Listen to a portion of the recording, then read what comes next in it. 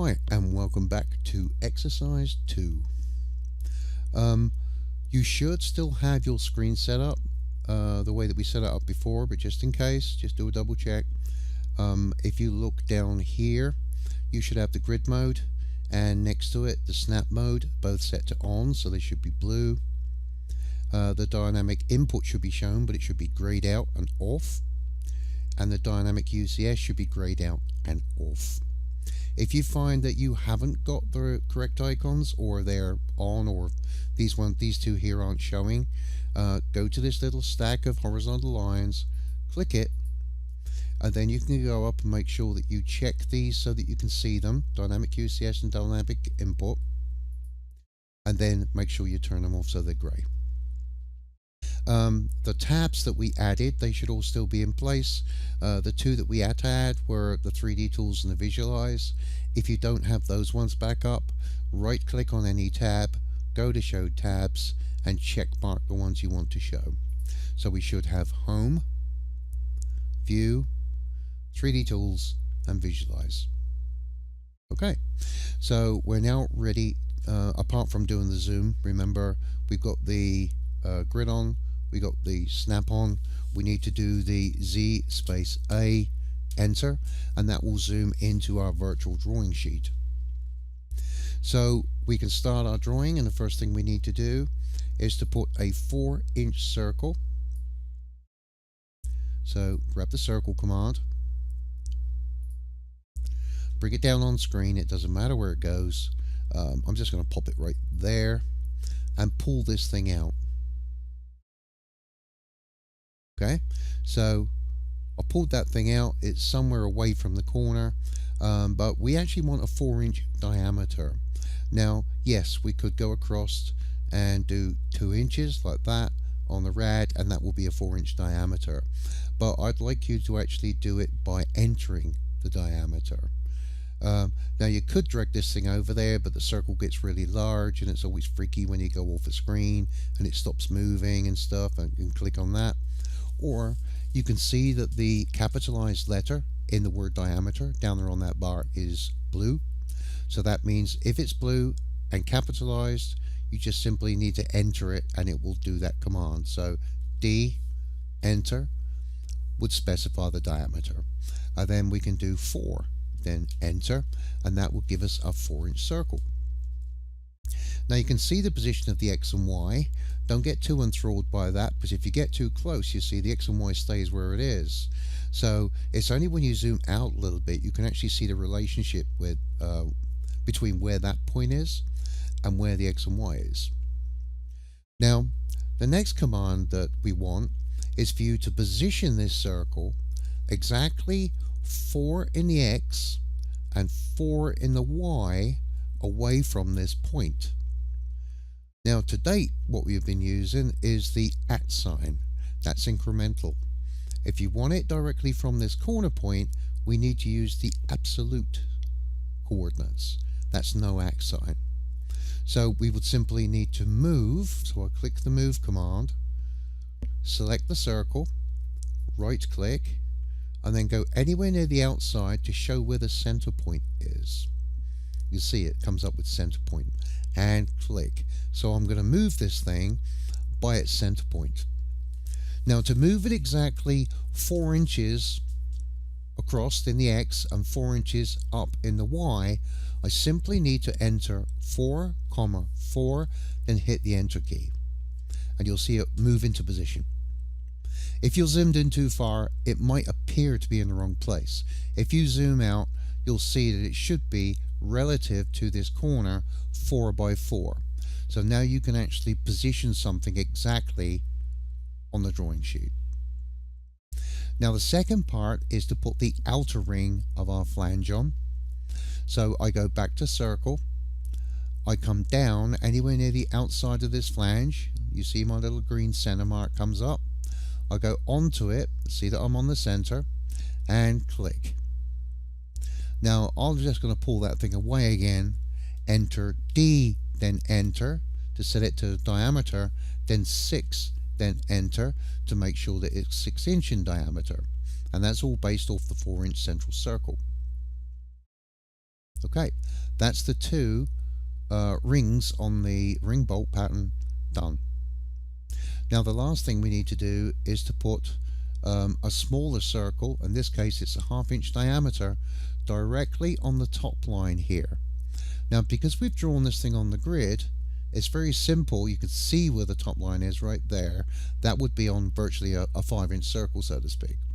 So if I grab the circle command and come down so that I'm right over that middle point and go up towards the top, okay, I can click at that point, pull it out, enter D, enter, 0.5 and enter, and it would place that circle right there in the center at the top.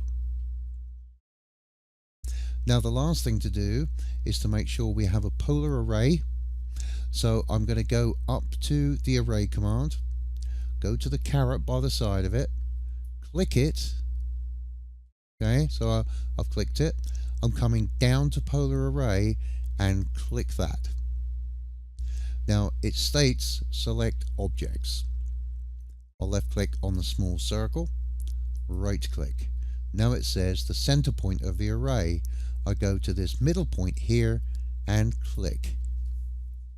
Now luckily enough, we want 6 holes, and the default for the amount of items in an array is 6, so we don't have to do any changes. If I wanted to make more holes, all I would do is I enter 8 enter, or I enter 10 enter, and it would put, using the center point, the appropriate number of holes around the ring. As it is, I equals 6. That's what I want, and that's what the default is, so you'll have that one up straight away. The assignment has a different number of holes and different diameters. Okay, so that's our ring bolt pattern with the shapes. What we need to do now is just go back to the home menu. Then we can go to 3D tools and do our extrusions. But first remember, if I do the extrusion looking down from the top, which I could do, I think you wouldn't actually see the thing extrude, and some people get confused by the fact, saying, well, why won't it extrude? Because you've already extruded it and you're trying to select it and extrude it again. It's not going to work. Okay, so we go over to this little icon here, which is the little up down arrow with a twizzly bit around it, which is orbit. We push this thing over. Okay, you notice there was a little bit of a faux pas there. For some reason that went black. I don't know what that was about. And now we're ready to extrude. Okay, so we've just tipped this thing over so you can see it. Now we have to do one thing before we do the extrusion. Right? Maybe I should have done this before. But basically go back to the home. Okay, now we need to go to a command which is explode. Okay, now the reason we've got to explode something, if you hover over one of these holes, they all illuminate. When you erase something or when you move something as a block, it becomes one object. You're not going to be able to extrude one object. You need all 6 of these holes to be individual. So we go to explode, sorry, and then just left click on those holes and right click. Now if I go over one or any of the others, you can see they highlight individually. Okay, so we can go 3D tools, extrude, all of this. So I'm just going to hold my left button down and just highlight everything, right click and enter. And now we can put this thing to the height of the flange that we want. I'm going to put 0.5 in there. There's my flange. Okay, you put any size you want. I can't remember exactly what size we put down on the page, but I'm assuming it'd be somewhere around about the 1/2 inch mark. Okay, so now that we've done this, we have to go through the subtract command. I'm just going to zoom this thing in a little bit. That's with my mouse wheel. So now I can see each of the individual parts of the model. I'm just going to escape to make sure I've got nothing on the command bar. And now I'm going to go into subtract, which is also on the 3D tools menu. So I'm going to subtract. Now with the subtract, and I'm just waiting to get the command, there we go, you have to select the outside object first. That's the one you want to subtract from. Okay, then right click, then select the inside circle, and each one, be very careful when you select them, but you could easily pick the outside one again. Okay, each one of those, and then a right hand click, which is like an enter key. Okay, now if we visualize and go down through to realistic, you can see that I've in fact got my piece in place. You can see down through the holes, and that is the second exercise done, and all inside of about 11 minutes. Well, I hope you've enjoyed this one. This one's a little bit simpler, but we are adding things like positioning and stuff like that. So even though there's fewer commands apart from the addition of the array command and of course the explode, we've actually covered about 5 or 6 different things today. So hope you enjoyed it, and I'll see you in exercise 3.